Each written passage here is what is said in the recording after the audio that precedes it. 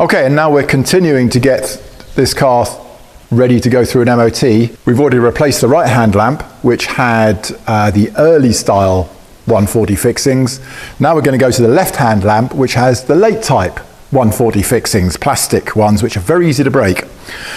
So in order to make the video more clear and to make it easier to get at, to be honest, I'm going to remove the battery, and I'll be back with you in a few minutes once that's done, and we'll get the video done. Okay, so on the left hand lamp, I've removed the battery. Makes life easier, or actually I think it would be impossible without having done so. Okay, so this is already broken free anyway, so I'm just going to take the loose wires off.